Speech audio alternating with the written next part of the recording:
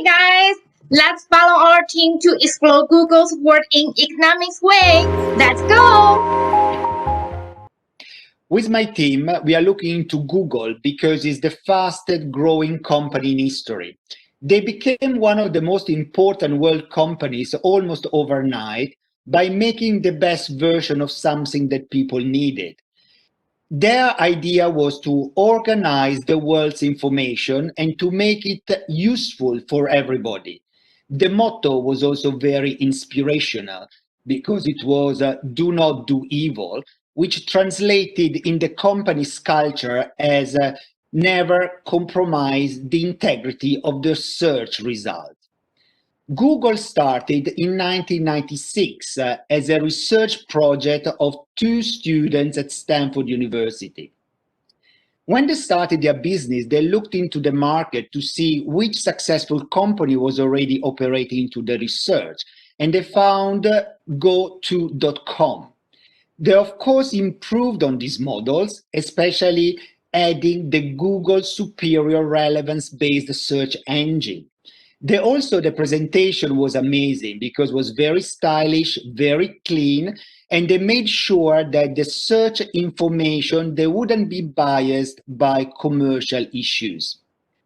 While they were providing all these services, the customers base increased enormously. So they decided to monetize on it through a text-based ads program and basically with a pay-for-click model. Just to give an idea, in 2000, the number of queries per day, there were 18 millions. By the same year, at the end of 2000, they went up to 60 million. The other remarkable part of Google is that they constantly improved on their service. In 2002, they introduced a new version of AdWords, which showed the potential of Google. The sales skyrocketed, and Google was sure to have hit the right model. Then they proceeded in 2003 with a new service, which was AdSense, and in 2004, they went public. It wasn't their decision, but they were forced to go public by one new regulation of the SEC. However, this decision showed the market how remarkable this company was and the figure of their success. The shares were sold at $85 per share. By the end of the year, they went up to 2,000. Then in 2005, they went up to 3,000 to reach 700 in 2008. In 2015, Google also announced that they wanted to restructure the company in a big holding named Alphabet, of which Google would be the largest subsidiaries. The reason why my team decided to look into Google is because it's one of the wealthiest and all-pervasive company in the world, and is a great example of marvelous entrepreneurship, of hard work, brilliant ideas, and shrewdness. The impact of this company on the world is absolutely remarkable, and we'll see the way they acted in the market in the following presentations.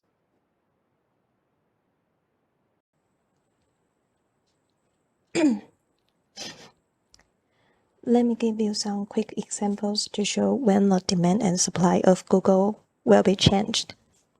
First, if Yahoo requests membership fee of mail services, since Yahoo is Google's competitor and their mail services are substitutes, if Yahoo requests membership, which will make users want to switch to Google free mail services, then demand curve of Google Mail service will move right.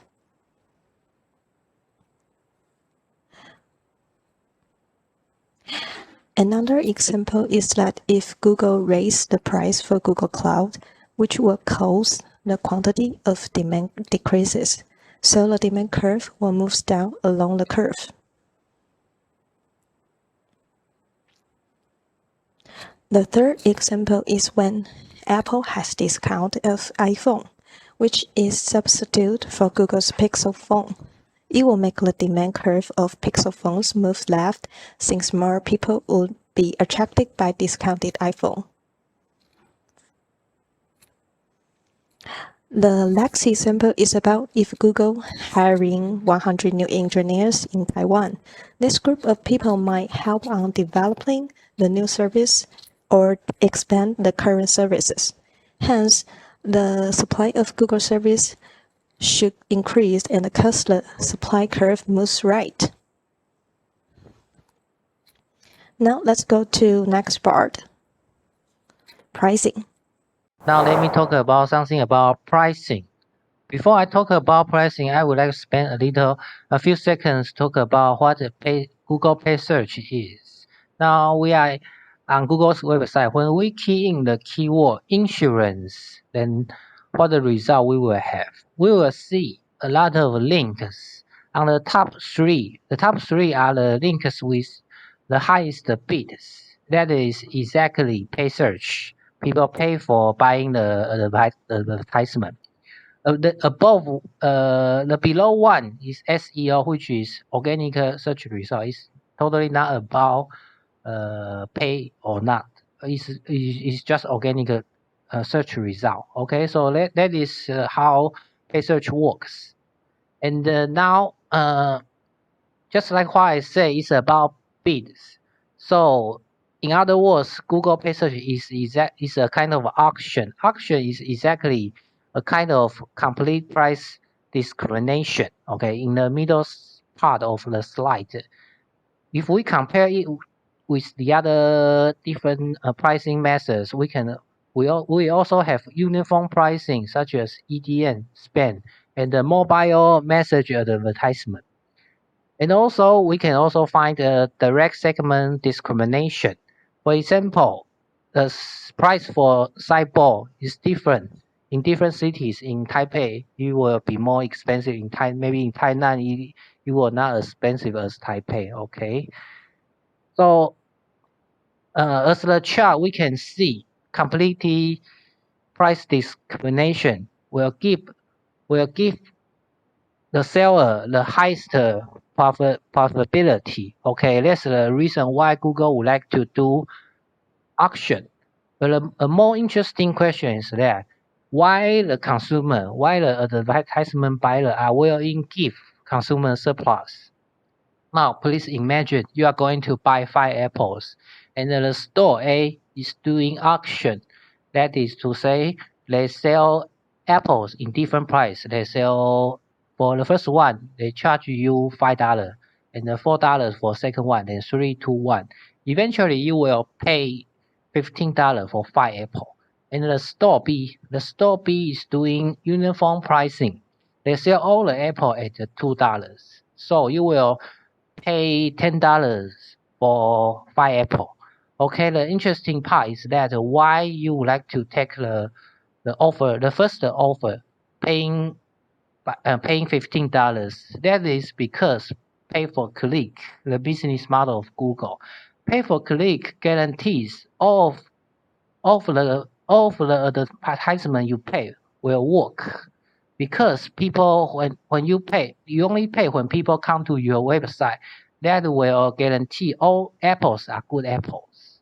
In contrast, for example, sideboard advertisement. Among 5 people who see your sideboard, maybe only one of them will go to your store or visit your website. That is to say, among 5 apples, only 1 apple is a good apple. We can give a conclusion. That's the reason why paid search works. On one hand, Google can make their profit, can have a very high profit. On the other hand, it can also reduce the waste of consumer, of the advertisement buyers' budget. That's the reason why this business model works. Hello everyone, I'm Ling. I'm going to talk about the market equivalent and the equivalent between demand and the supply of paid search. After listening Alan's part, you have already know that what is Google Pay Search and the different pricing policy for advertisement. Now I'm going to share you 2 tools about Google. If you want to know which one is the most popular keyword in the Google search, you can use Google Trend. You can see if we take an example of air conditioner. In low season, less people will search the keyword of air conditioner. However, in summer, many people will search the keyword of air conditioner, so you will see the several peaks here. So, as a merchant of the air conditioner, when people search the air conditioner, I want this keyword relate to my product website, so it can attract more customers to visit our website and maybe increase my sales. So I want to buy the advertisement from Google. So how can I do? Next, I will go to the Google ad to buy the advertisement. There is no regular price for the Google ad. It depends on how many competitors want to pay for the keyword. So Google will suggest me the click rate per day and the click cost per day to help me make a decision how much I want to pay for the Google pay search, for the Google and the Google advertisement. And then later, Wen will tell you more details about the supply. Hey guys, this is Wayne. So now I'm going to talk about more details about what Lin says. So let's look at these charts, these parts. So the supply is unchanged, however the demand increase. So it's just like in hard season, everyone just wants to Google the keywords air condition to buy these products because they want to get through this hard season. So what would happen to the price and the quantity? They will both increase. However, on the other hand, in the winter, just like now, people will not use the Google to search for air condition because they have no needs for these products. So what would happen? Both the price and the quantity would go decreased. And now let's look at these parts. There are a lot of competitors like Bing, Yahoo, and Baidu. But just look at this. The demand decrease is just like, although the supply increased, but there are not so many customers. The number is unchanged. So the price would decrease. And the quantity, just like professors say, it would be unknown. Let's look at these parts. Have you ever seen a Korean drama? It's called Crash Landing on You. Imagine that your airplane accidentally crashed in North Korea, and there's no internet in this country. So the supply decrease and the demand decrease as well. So in this situation, the price would be unknown and the quantity would decrease. In next chapter, Andrew and Claire would talk more about strategic thinking and monopoly. Okay, before move to the next part, let's see the discussion question. What is your answer of this question?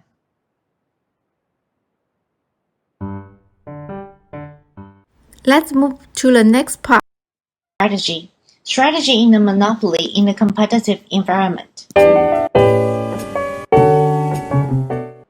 When you have achieved monopoly, you think everything is great. You've reached the top of the hill. However, it is actually a very dangerous moment, because at this moment, you bring the attention to yourself, and especially for the government, which can be very, very scary. The only threat that you have as a monopolist is the government. So let's turn to Google now. From a strategic thinking, Google may be evil, but they're definitely not stupid. Now, what happened when you're a monopolist? What is the threat? Essentially, it hits a lawsuit.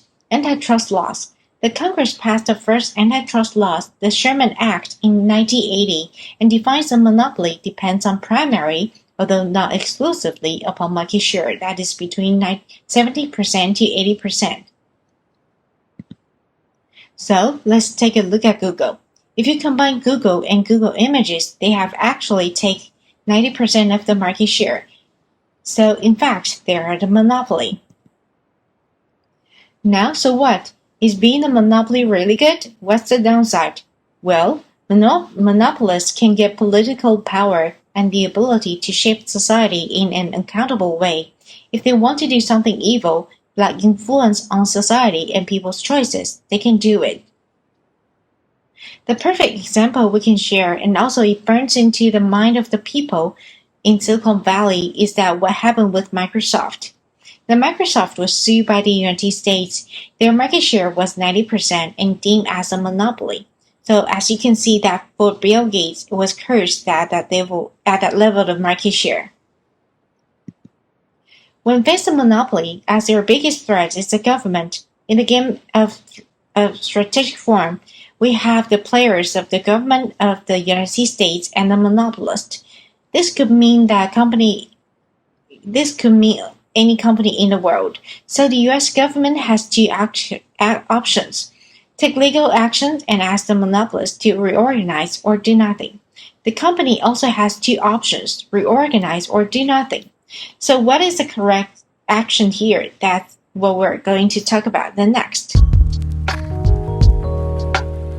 So, as Claire mentioned, the government has two options, to take legal action and to do nothing. The monopolist has two options, to reorganize and to do nothing. Now, if you look at it from the monopolist point of view, the monopolist is represented by the monopoly man. You can see that there are vastly different outcomes depending on the decision of the government. And this creates the problem of infinite regress. So we have to look at this from the government's point of view. Now, from the government's point of view, the government is represented by this Mayor Quimby figure here, and there are vastly different outcomes for the government. However, if we look at the outcomes for do nothing, we see that they are both negative, and for taking legal action, they're both relatively positive. For example, if the monopolist does nothing, the government does nothing, then there could be political consequences. If the monopolist reorganizes and the government does nothing, the monopolist wins, and the government could be looked upon as being incompetent. So it's easy to see that the dominating strategy for the government is to do nothing, which means that they will for sure take legal action. Now, the monopolists will know this, and now they only have two options. One is to be perhaps forcibly reorganized at their own peril and to their own detriment. So their only option left is to reorganize, and therefore we find the Nash equilibrium where the government takes legal action and the monopolist reorganizes. Now, does this really make sense? Well, we know that Google reorganized into Alphabet, and we found a lot of research that said that Google claimed that this was for efficiency and cost savings. However, through reorganization as a conglomerate, the move was said to have lessened the glare of antitrust scrutiny on Alphabet because of bunching all of the business units together under the search umbrella. Would have invited greater attention from regulators due to the unique nature of Google's business. So in fact, reorganizing was a defensive move. Now let's see if that makes sense. Looking at the game in the extensive form, we can see that the government, when they pursue a lawsuit, always has a better outcome. And therefore, they will not do nothing. In fact, they will pursue a lawsuit in all cases. So Google, seeing this, would then have the opportunity to have reorganize and have an indifferent outcome, or to do nothing and face a lawsuit and have quite a poor outcome. So in that case, the Google will reorganize and the government will produce a lawsuit. And we find that this is in fact the Nash equilibrium for this particular case. Now, that's in fact what actually happened in real life. Google reorganized into Alphabet in 2015, and the government launched their antitrust lawsuit in October 2020, proving that the theory is indeed correct. Now, after listening the monopolies part, what is your opinions about the monopolies? Let's see the below question and show us your suggestions and ideas. When did you finish your final presentation? Yes, I have finished it. Okay, so just upload to our Google Drive and then we're finished. Google Drive? What is that?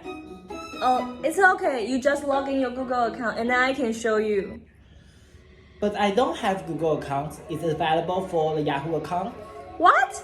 You don't have a Google account? So it's very hard to imagine someone who doesn't have a Google account. Why? Because everyone is using it. So we're talking about the network effect of Google. Okay, so first we're going through the definition of network effect. It's a phenomenon whereby increased number of people or participants improve the value of a good or a service. And we may replace people or participants into user to be more straightforward in Google's case. And we're giving 3 examples about this kind of network effect in Google's case. First one is as a search engine. Every time when you open up your browser and try to Googling something, you find actually Google knows you better than you did. Why is that? Because Google has huge users' behavior and this kind of users' tendency base, which enable it to provide and to predict users' search keywords in a more precise way. And it's this kind of precise prediction which provide more benefit to their users. There are more than 5.4 billion of Google searches every day. And also thanks to Google's big market share, taking over more than 90% of a search engine market. Next is Google as a map provider. There is not only Google who's providing benefits, but also you and me, yes, also Google's users. Because while you navigated to somewhere by Google's map, you are actually visiting maybe a restaurant and you write a comment on the restaurant, which is UGC, user-generated content. You are the helper of this positive cycle, which help Google to attract more users in its navigation system. And again and again. This kind of positive cycle is created every day. And it's a very special way how Google's map provider actually enjoys a different kind of network effect from itself and its users generated content. And next part, actually, there's not only Google's search engine, Google's map, and a lot of different kind of things Google is offering. For example, you are maybe planning your daily routine with Google Calendar. So actually, Google is everywhere. With this huge user database, Google can target their target audience, more precisely and provide more benefits through this kind of function. In this way, users are more tend to stick to Google service because everyone is using. Hi everyone, I'm Wen, and I believe my teammates give you guys a good introduction. Let me do a final summary to recall you guys the main points of our video. For the demand and the supply, first, asking payments for Google Drive will change in quality demand of it, and hire more engineers will shift the supply curve up, and it will provide more better service and product to its customer. For the competitors' move, Yahoo's subscription fee for its email will increase the demand curve of Gmail. And Apple gives a discount on iPhone will decrease the demand for Android smartphone. For the second, Google takes a various pricing strategy of different products or services to take customer supplies, like Google paid search. It is a very good example to explain complete price discrimination. And the third, Google definitely is a monopoly in the competitive markets and has its pros and cons. Although Google has enjoyed its biggest market share, but it still has some disadvantage. Finally, Google has a great network effect. Google search engine now is the most powerful tool to look for information in the world. The more people use it, the more benefits it creates. Okay, so now hopefully these videos will help you guys understand more principle of economics and know more about Google. Thank you for listening and don't forget to give us a like and subscribe us.